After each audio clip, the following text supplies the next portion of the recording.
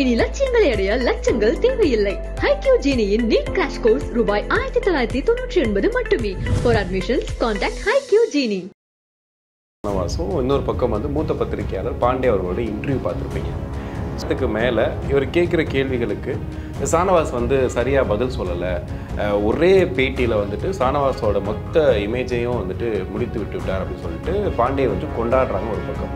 ரங்கராஜ் பாண்டேயருடைய அஜெண்டாவே என்ன? அவர் வந்து ஒரு தன்னை வந்து நடுநிலையாளரை போல காட்டிக்கொண்டு மத துவேஷத்தை பரப்புவது, வன்முறையை தூண்டுவது, அதை அவர் தொடர்ச்சியாக செய்து வருகிறார். அதனால் அவர் என்ன நினைக்கிறார்னா, இந்த வக்ஃபு வாரிய திருத்த சட்டம் என்பதை யார் கொண்டு வரிய? இஸ்லாமியர்களுடைய சொத்துக்களை பாதுகாக்க கொண்டு வரிய. சரி, அப்படின்னா இஸ்லாமியர்கள் வரவேற்கணும்ல. யார் வரவேற்கிறான்னு கேட்டால், பிஜேபியில் இருக்கிற ஃப்ராடுங்க இருக்காங்கல்ல, வேலூர் இப்ராஹிம் மாதிரி டுபாக்கூர் ஐட்டங்கள்லாம் இருக்காங்கல்ல, அவங்க வரவேற்கிறாங்க. பாஜகவிலிருந்து ஒரு வெறுப்பு பிரச்சாரத்தை முன்னெடுக்கிறவர்கள், மத துவேஷத்தை முன்னெடுக்கிறவர்கள் சட்டப்பூர்வமாக முன்னெடுத்தார்களான்னு ஒரு முட்டாள் கேட்குறாங்க. ரங்கராஜ் பாண்டேங்கிற முட்டாள் கேட்குறான், ஏண்டா முட்டாளே, நீ போய் வந்து இந்த திருப்பரங்குன்றத்தில் போய் கூடுனாங்களே, அவங்க சட்டப்படியாக கூடுனாங்க, அரசாங்கமாக போட்டு ஜீவோ போடும், அதுக்கு பகையை தூண்டணும். அதான உன்னோட அரசியல். உன் அரசியல் என்ன? வெறுப்பு அரசியல். பகையை தூண்டணும். அதுக்கான ஒரு வேலை திட்டத்தில் போய் அப்படி தார்பாயை மூட வேண்டும் என்று ஜீவோ போட்டார்களா? பெரிய புத்திசாலி பாருங்க, உலகத்தில் இவ்வளவு பெரிய புத்திசாலி. இவர் ஷானவாஸ் எப்படி சார் அவருடைய இதில் வந்து பார்க்கும்போது இப்போ வக்ஃபு வாரியத்துக்காக இவ்வளோ தூரம் பேசுகிறத வைக்கிறாரு. ஆனால் அந்த இன்டர்வியூவில் பார்க்கும்போது சரியான பதில் கொடுக்காம அதுக்கப்புறம் வெளியில் போய்ட்டு ஒரு வீடியோ போடுறாரு. அதுலேயுமே அவர் சொல்கிற விஷயம் என்னென்னா, முழுக்க முழுக்க பாண்டே கேட்ட கேள்விகள் தவறு அப்படின்னு தான் சொல்கிறாரு. என்ன சொல்ல வர? ஒரு சகுனியிடம் போகிற போது அதற்கான தயாரிப்போடு போகணும். நீங்கள் ஒரு சகுனி வந்து இந்த மாதிரி பண்ணிட்டான்னு சொல்கிறது. சகுனிகள் ஒருபோதும் நம்மை போருக்கு அழைப்பதில்லை, அவர்கள் நம்மை சூதுக்கு அழைப்பார்கள். ஏன்னா அவர்களுக்கு போர் புரிந்து பழக்கமே இல்லை. கொள்ளைப்புறமாக அவர்கள் வந்து முதுகில் குத்துவது அவர்களுடைய கோழைகளின் வழக்கம். எனவே ஒரு சகுனியோடு போராட போகிற போது அதற்கான தயாரிப்போடு போயிருக்கிறாங்க.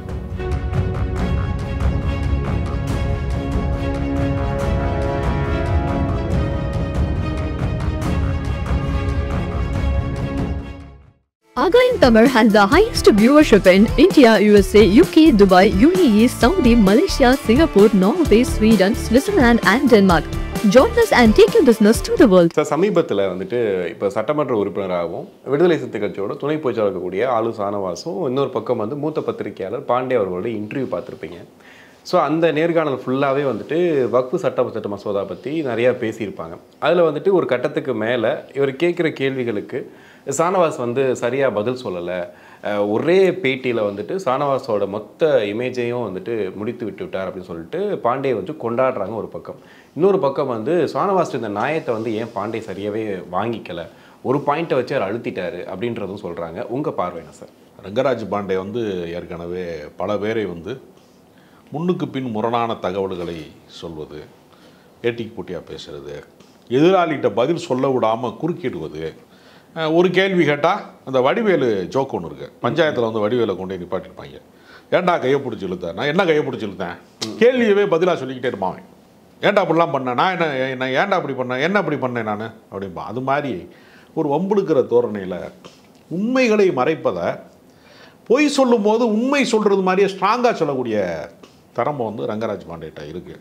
இப்போ அவர்கிட்ட போகிறப்ப கொஞ்சம் ப்ரிப்பரேஷனாக போயிருக்கணும். இவர் ப்ரிப்பராக போகலன்றீங்களா? இவர் கொஞ்சம் வந்து அவர் அளவுக்கு ப்ரிப்பேர் ஆகலைன்னு எனக்கு தோணுச்சு. ஒருவேளை அவருக்கு அரசியல் பணி காரணமாகனா எதனாலையும் தெரில. சில தகவல்கள் வந்து இப்போ உதாரணத்துக்கு வந்து அவங்க திரும்ப திரும்ப சொல்லிக்கிட்டே இருக்கிற ஒரு விஷயம் வந்து, ஒரு கிராமத்தில் வந்து திருச்சி பக்கத்தில் இருக்கக்கூடிய திருச்செந்துறைங்கிற ஒரு கிராமம். அது ராணி மங்கம்மா காலத்தில் 17ஆம் நூற்றாண்டில் அந்த காலத்தில் என்ன செய்வாங்கன்னா, ராஜாக்கள் அவங்களுடைய ஆட்சிக்கு உட்பட்டிருக்கிற, ஆளுகைக்கு உட்பட்டிருக்கக்கூடிய ஒரு கிராமத்தை வந்து தானமாக கொடுப்பாங்க. அப்போ ராணி மங்கம்மாவுக்கு எவ்வளவு சமய நல்லிணக்க பண்பாடு இருந்திருந்தால் ஒரு கிராமத்தை வக்ஃபுக்கு சொந்தமாக கொடுத்துருக்குறாங்க. அப்போ அந்த கிராமத்தில் ஏற்கனவே 15ஆம் நூற்றாண்டிலேயே ஒரு சிறப்புமிக்க கோவில் இருக்கிறது. அந்த கோவில் வழிபாடை தவிர்த்து விட்டு மீதம் இருக்கிற நிலங்கள் எல்லாமே வக்ஃபோர்டுக்கு சொந்தமானது என்கிற, அதாவது வக்ஃபு செய்யப்பட்டது அப்படிங்கிற இடத்திற்கு அந்த தானமாக வழங்கப்பட்டதன் வழியாக இருக்கிறது. இதை வந்து வக்ஃபோர்டு வந்து அந்த இடத்தையெல்லாம் எங்களுக்கு கொடுத்துருங்க என்று வக்ஃபோர்டு கேட்கல. அங்கே பல பேர் குடியிருக்கு. இல்லை, அது யார் கேட்டது சார்? இல்லை, அது என்னன்னா ஒரு தனியார் வந்து ஒருத்தர் என்ன செய்கிறாருன்னா 1954 வந்து எல்லா விதமான கணக்கீடுகளும் செய்கிறாங்க. 2013 என்ன செய்கிறாங்கன்னா வக்பு நிலத்தை வந்து யாருக்கும் விற்கவோ வாங்கவோ முடியாது அப்படின்னு ஒரு இது பண்ணும்போது இவர் சொத்து பதிகிறதுக்காக ஒருத்தர் தனிப்பட்ட நபர் அந்த ஊருக்காரர் ஒருத்தர் போய் சொல்லும்போது இது வக்பில் வருதுப்பா அந்த இடம் அப்படின்னு என்ஓசி சான்று, தடையில்லா சான்று வந்து வக்பு வாரிய அலுவலகத்தில் போய் பெற்றுட்டு வரணும். அவ்வளோதான் விஷயம். பெற்றுக்கொண்டால் அது பிரச்சனை இல்லை. இப்போ யார் வந்து இதை வந்து மதபேதம் பார்ப்பற இடத்துல இல்லை. இப்போ நீங்கள் சிவகங்கை சீமையில் வேலுநாச்சியாருடைய கணவரை வெட்டி படுகொலைக்கு பின்பு சிவகங்கையினுடைய அந்த சமஸ்தானம் வந்து மிக மோசமாக வந்து பிரிட்டிஷ்காரர்களால் வந்து மருதுபாண்டியர்கள் வந்து அதற்கு முந்தைய காலகட்டத்தில் வந்து வீரமங்கை வேலுநாச்சியாருடைய கணவர் வெட்டி செய்யப்பட்ட அந்த அரசாங்கம் வீழ்த்தப்பட்டதற்கு பின்பு தலைமறைவு வாழ்க்கையில் தான் வேலுநாச்சியார் இருக்காங்க. ஓகே. அப்போ அவங்க வந்து என்ன செய்கிறாங்கன்னா ஹைதர் அலியினுடைய துணையை நாடி திப்பு சுல்தானுடைய படை தான் வந்து சிவகங்கை சீமையை மீட்பதற்கு பெரிய உதவி செஞ்சுருக்கிறாங்க. அதை வந்து ஆயுதங்கள் தந்ததுலேருந்து ஆட்கள் தந்ததுலேருந்து படை நடத்தி பிரிட்டிஷ்காரனுக்கு எதிரான போரில் அப்போ எப்படி ஹைதர் அலி வந்து வீரமங்கை வேலுநாச்சியாருக்கு வந்து உதவ வேண்டும் என்கிற விஷயத்தில் அவர்கள் மதம் பார்க்கலை. தேச விடுதலைக்காக அவர்களும் போராடுறாங்க. வேறொரு நிலத்தில் சிவகங்கையில் இவங்க போராடுறாங்க. அப்போ அவங்க என்ன பார்க்குறாங்கன்னா நோக்கத்தை பார்க்குறாங்க. இல்லை, இந்த சம்பந்தப்பட்ட ஆள் யாருன்னு பார்க்கல. இதே தான் ராணி மங்கம்மாவுக்கு ஹைதர் அலியினுடைய மனம் வந்து வேலுநாச்சியாரை வந்து வேறுபடுத்தி மத வேறுபாடு பார்க்காம சுதந்திர போராட்ட வீராங்கனை நிலத்தை இந்த மண்ணை மீட்பதற்கான ஒரு போராளி அப்படின்னு பார்த்தது மாதிரியே ராணி மங்கம்மாள் என்ன செய்கிறாங்க, இஸ்லாமியர்களுக்கு ஒரு நிலத்தை தானமாக கொடுக்குறாங்க. இதெல்லாம் ஒரு பெருந்தன்மையான ஒரு பண்பாட்டு நிகழ்வு. இல்லை சார், இந்த பதிலே வரலையே சார் அவர்கிட்ட இருந்து. இப்போ அவர் கேட்ட கேள்விக்கான பதில் இது தானே. இது ஏன் அவர் சொல்லலை? அவர் ஏன் சொல்லலைங்கிறத அவர் தான் சொல்லணும். ஆனால் வரலாறு இதுதான்.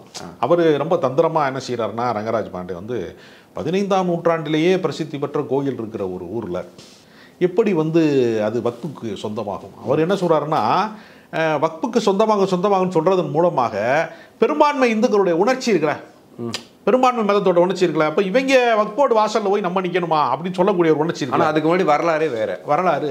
அப்போ இதெல்லாம் நம்ம இதை யார்கிட்ட கேட்கணும்? ஏன் நீ வந்து அந்த ஊருக்கு வந்து நிலத்தை வழங்கினேன்னு ராணி மங்கம்மாட்ட போய் நம்ம கேட்க முடியுமா? அது அல்ல. அது நீங்கள் காலங்காலமாக இப்போ இன்னொன்று சொல்கிறேன். தஞ்சாவூர் சோழ பேரரசு அவங்க தான் வந்து என்ன செய்கிறாங்கன்னா உடல்நலம் சரியில்லாமல் இருக்கும்போது ஒரு சூஃபியாக இருக்கக்கூடிய அந்த நாகூர் ஆண்டவருடைய இதில் வந்து அவங்க வந்து சௌகரியமானதாகவும் அவங்களுக்கு வந்து அந்த தர்காவுக்கான நிலங்கள் எல்லாமே சோழ பேரரசில் வழங்கப்பட்டது அப்படின்னு ஒரு பட்டயம் சொல்கிறாங்க.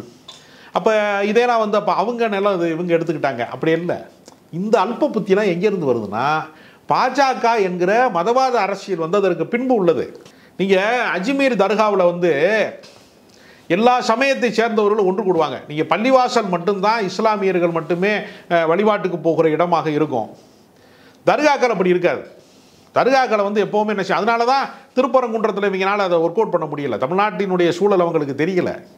அவன் கீழே வந்து முருகன் கோயில் இருக்குது, மேலே வந்து காசி விஸ்வநாதர் கோயில் இருக்குது, நடுவில் ஒரு சின்ன ஒரு கிளைப்பாதை மாதிரி பிரிந்து ஒரு தர்கா இருக்குது, சிக்கந்தர் தர்கா இருக்குது. யாரும் யாரோடையும் பகை பாராட்டுவதற்கு அந்த ஊர் மக்கள் தயாராக இல்லை. இவங்களா போய் வந்து அங்கே வந்து ஆடு பலியிடக்கூடாது, அதை செய்யக்கூடாது, இதை செய்யக்கூடாது அப்படின்னா எல்லாவற்றையுமே பார்ப்பனமயமாக மாற்றுவது, பிராமணியமாக மாற்றுறதுன்னு இருக்குல்ல. இப்போ பாண்டி கோயிலில் வந்து கிடா வெட்டி தான் சாமி கும்பிடுவான், தென்னந்தோப்பை வாடகைக்கு விடுறேங்கிறான். அங்கே வந்து கிடா வெட்டு இல்லாமல் சாமி கும்பிட சொல்லி போய் இவங்க சொல்லுவாங்களா? அசைவம் சாப்பிட்றவன்லாம் வந்து இந்துக்களே கிடையாதுன்னு பாஜகவுடைய பொதுச் செயலாளர்னு தன்னை சொல்லிக் கொள்கிற ராம சீனிவாசனுங்கிற ஒருத்தர் சொல்கிறாரு. அப்போ பாண்டி கோயிலில் கிடா வெட்டி சாமி கும்பிட்றவன் எவனுமே இந்துக்கள் இல்லைன்னு இவங்க சொல்ல வர்றாங்களா? அப்போ குலசாமி கோயிலில் சாமி கும்பிட்றவன் அவன்லாம் இந்துக்கள் கிடையாதா? அப்போ யார் இந்துன்னு தீர்மானிக்கக்கூடிய அதிகாரம் உனக்கு யார் தந்தது? ராம சீனிவாசனுக்கு யார் தந்தது அந்த அதிகாரத்தை? எல்லாரும் இன்னொன்று சொல்ல போனால் இந்த மண்ணின் மைந்தர்கள் அத்தனை பேருமே இந்துக்கள்ல இருந்து வந்தவன் தானே.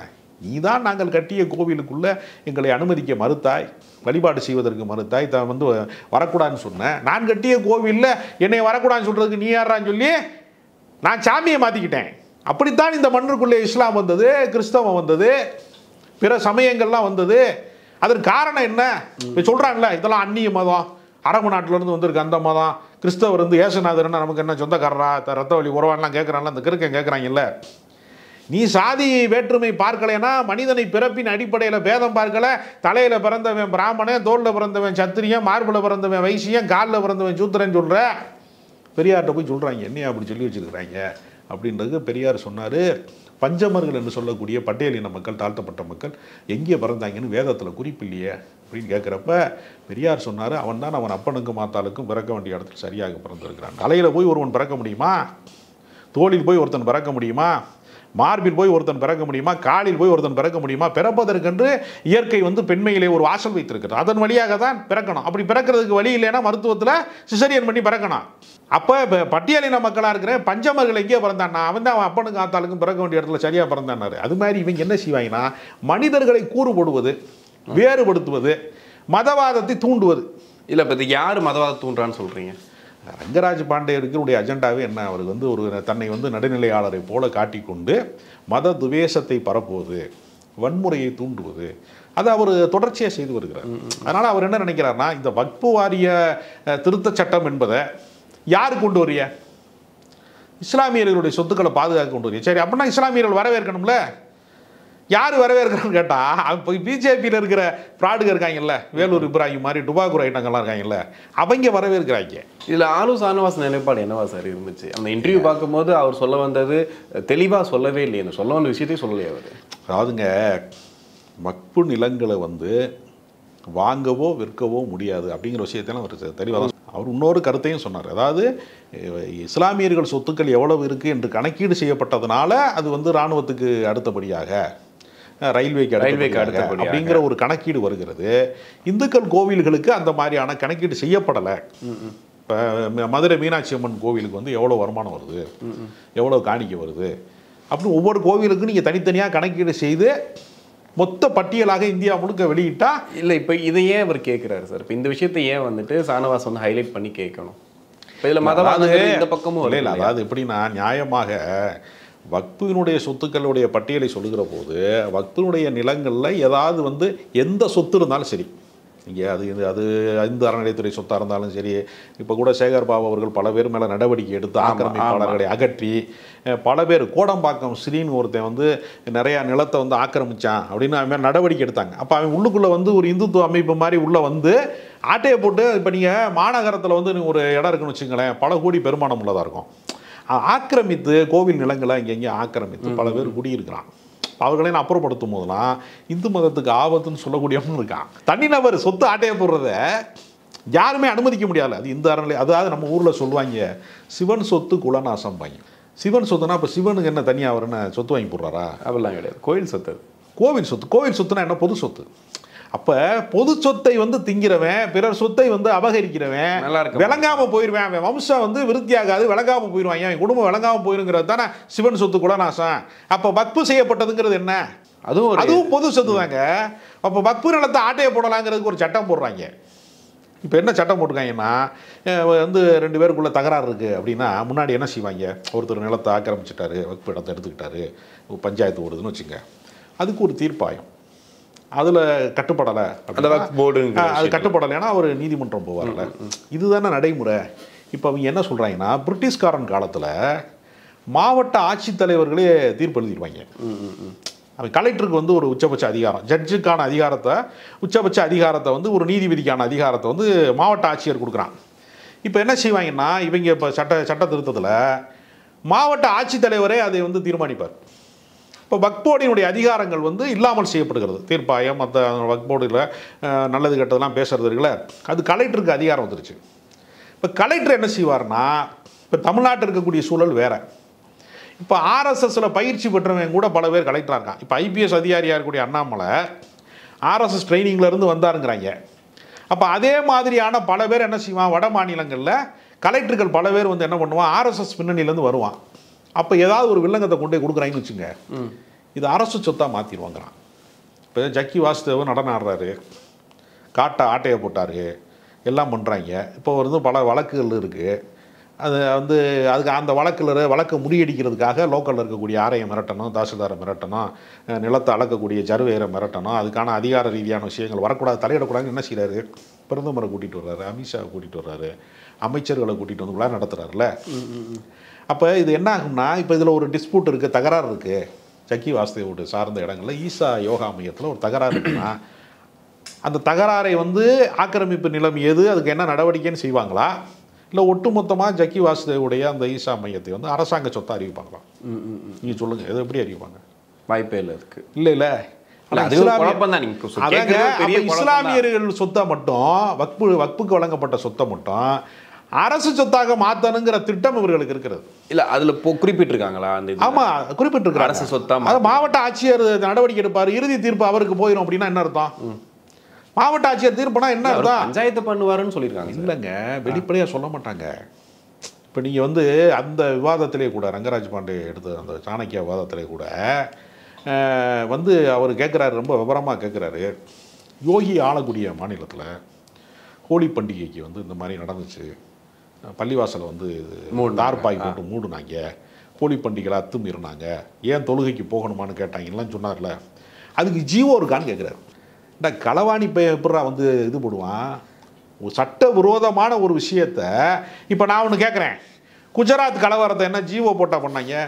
குஜராத் கலவரம் பண்ணாங்கல்ல? இல்லை, இப்போ அதுவும் இருக்குங்க, அதுவும் இது ஒன்றா சார். ஏங்க ஒரு வெறுப்பு பிரச்சாரத்தை வந்து முன்னெடுக்கிறவர்கள், பாஜகவிலிருந்து ஒரு வெறுப்பு பிரச்சாரத்தை முன்னெடுக்கிறவர்கள், மத துவேஷத்தை முன்னெடுக்கிறவர்கள் சட்டப்பூர்வமாக முன்னெடுத்தார்களான்னு ஒரு முட்டாள் கேட்குறாங்க. ரங்கராஜ் பாண்டேங்கிற முட்டாள் கேட்குறான், ஏண்டா முட்டாளே, நீ போய் வந்து இந்த திருப்பரங்குன்றத்தில் போய் கூடுனாங்களே, அவங்க சட்டப்படியாக கூடுனாங்க, அரசாங்கமாக போட்டது ஜீவோ போடும். அதுக்கு ஒரு வெறுப்பு பிரச்சாரம், இஸ்லாமியர்கள் மீது ஒரு வெறுப்பு பிரச்சாரத்தை கட்டமைக்கிற போது ஆஃப் த ரெக்கார்டாக தானங்க அடியால் அனுப்புவாங்க. அதான் அரசு பண்ணல. ஒரு ஆளை அனுப்ப, நான் உங்களுக்கு எனக்கு பகங்க, நான் உங்களுக்கு அடியால் அனுப்புகிறேன், சட்டப்பூர்வமாக அனுப்புவேன். லஞ்சம் கொடுக்குறோம், ஒருத்தன் கொடுக்குறேன், சட்டப்பூர்வமாக ஏன் கொடுத்தாங்களா, அதுக்கு ஆதாரம் இருக்கான்னு கேட்டால் என்ன கருத்தான்? இது எப்படி சட்டப்பூர்வத்தில் வந்து சேருது? பகையை தூண்டணும், அதான உன்னோட அரசியல். அரசியல் என்ன? வெறுப்பு அரசியல். பகையை தூண்டணும், அதுக்கான ஒரு வேலை திட்டத்தில் போய் அப்படி தார்பாயை மூட வேண்டும் என்று ஜீவோ போட்டார்களா? பெரிய புத்திசாலி பாருங்க, இவ்வளோ உலகத்தில் இவ்வளோ பெரிய புத்திசாலி ஒன்று. அப்போ பில்கிஸ் பானுவை வந்து செய்ததற்கு முன்பு கூட உத்தரவு போட்டார்களான்னு கேட்பாங்களா? பாலியல் வன்புணர்வு வழக்கு இருக்குது கோர்ட்டில், அவர்கள்லாம் உயர்ந்த சாதியில் பிறந்தவர்கள், எனவே தவறே செய்ய, ரங்கராஜ் பாண்டே ஜாதியில் பிறந்திருக்கிறாங்க, பிராமணனாக பிறந்திருக்காங்க, அதனால் அந்த தவறே செய்ய மாட்டாங்கன்னு கூட தான் சொன்னாங்க. அப்புறம் கோர்ட்டில் கொண்டு வைங்களேன்னு ஒப்படைக்கலையா? கோட்ஸியை கூட தான் கொலை பண்ணியிருக்கிறான், உயர் ஜாதியில் பிறந்திருக்காங்க, ஆதிக்க சாதியில் பிறந்திருக்காங்க. அரசு பண்ணல, அரசா பண்ணுச்சுன்னு அவர் கேட்கிறாரு போல. அரசு பண்ணல, ஜியோ போட்டாங்கன்னா அரசு மூலியமா பண்ணது மாதிரி இருக்கும், இப்போ மொத்தமாக அந்த கவர்மெண்ட்டே பண்ண மாதிரி இருக்காதுலன்ற மாதிரி அவர் சொல்றாரு. ஏதோ கூலிப்படைகள் பண்ணுச்சுன்ற மாதிரி சொல்றாரு போல. அதங்க எப்படி செய்வாங்க, நடைமுறையில் எப்படி செய்வாங்க? சட்ட விரோதமான ஒரு விஷயத்தை செய்கிறாங்க. ஏன்னா மதச்சார்பற்ற ஒரு நாட்டில் அரசியல் சாசனம் வந்து வழிபாட்டு உரிமை வழங்கி இருக்கிறது.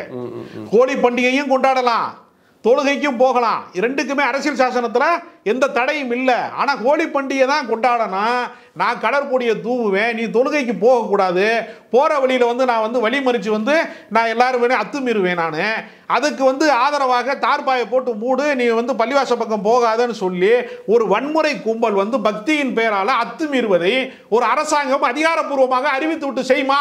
செய்யாதுல்ல. அப்படியே செஞ்சுச்சாங்கிறதுக்கு ஆதாரம் கொடுங்கன்னு ஒருத்தன் கேட்குறான்.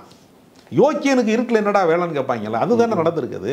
ஓகே, அதைத்தான் இவங்க செஞ்சுருக்காங்க. இவர் சானவாஸ் எப்படி சார் அவருடைய இதில் வந்து பார்க்கும்போது இப்போ வக்ஃபு வாரியத்துக்காக இவ்வளோ தூரம் பேசுகிறத வைக்கிறாரு, ஆனால் அந்த இன்டர்வியூவில் பார்க்கும்போது சரியான பதில் கொடுக்காம அதுக்கப்புறம் வெளியில் போய்ட்டு ஒரு வீடியோ போடுறாரு. அதுலேயுமே அவர் சொல்கிற விஷயம் என்னென்னா, முழுக்க முழுக்க பாண்டே கேட்ட கேள்விகள் தவறு அப்படின்னு தான் சொல்கிறாரு. என்ன சொல்ல வர்றாரு? ஒரு சகுனியிடம் போகிற போது அதற்கான தயாரிப்போடு போகணும். நீங்கள் ஒரு சகுனி வந்து இந்த மாதிரி பண்ணிட்டான்னு சொல்கிறது இருக்குல்ல, சகுனிகள் ஒருபோதும் நம்மை போருக்கு அழைப்பதில்லை, அவர்கள் நம்மை சூதுக்கு அழைப்பார்கள். ஏன்னா அவர்களுக்கு போர் புரிந்து பழக்கமே இல்லை, கொள்ளைப்புறமாக அவர்கள் வந்து முதுகில் குத்துவது அவர்களுடைய கோழைகளின் வழக்கம். எனவே ஒரு சகுனியோடு போராட போகிற போது அதற்கான தயாரிப்போடு போயிருக்க வேண்டும், அவ்வளோதான் நான் சொல்ல முடியும். கொஞ்சமாச்சும் ப்ரிப்பரேஷனோட போயிருக்கணும். ஆமாம், ஏதோ அவர் வந்து நிறையா டிபேட் அட்டன் பண்ணியிருக்கோம், பெரிய அனுபவம் கொண்டவராக இருக்குங்கிறதுனால கொஞ்சம் அலட்சியமாக இதை எடுத்துக்கொண்டாரோ, கவனக்குறைவாக எடுத்துக்கொண்டிருக்கலாம். ஓகே, இப்போ ஒரு இமேஜ் சரிஞ்சிருச்சு அப்படிங்கிற மாதிரி ஒரு பிரச்சாரம் போயிட்டு வைத்தலாம் நம்ம சொல்ல முடியாது. அடுத்தடுத்து வேறு வீடியோக்கள் வைரல் ஆகலாம். ஒரு ஒரு ஒரு நேர்காணலில் வந்து ஒருத்தருக்கு பிள்ளையாகி விட்டது, அல்லது கவனக்குறைவாகி என்பதை வைத்து ஒருத்தருடைய ஒட்டுமொத்தமாக அரசியல சரிந்து விட்டார் என்று சொல்ல முடியாது. இது ஆக்சுவலி இது ஒரு இன்சிடென்ட், அவ்வளவுதான். டிஜிட்டல் உலகத்துல வந்து தினசரி வந்து மாறக்கூடியதுதான்.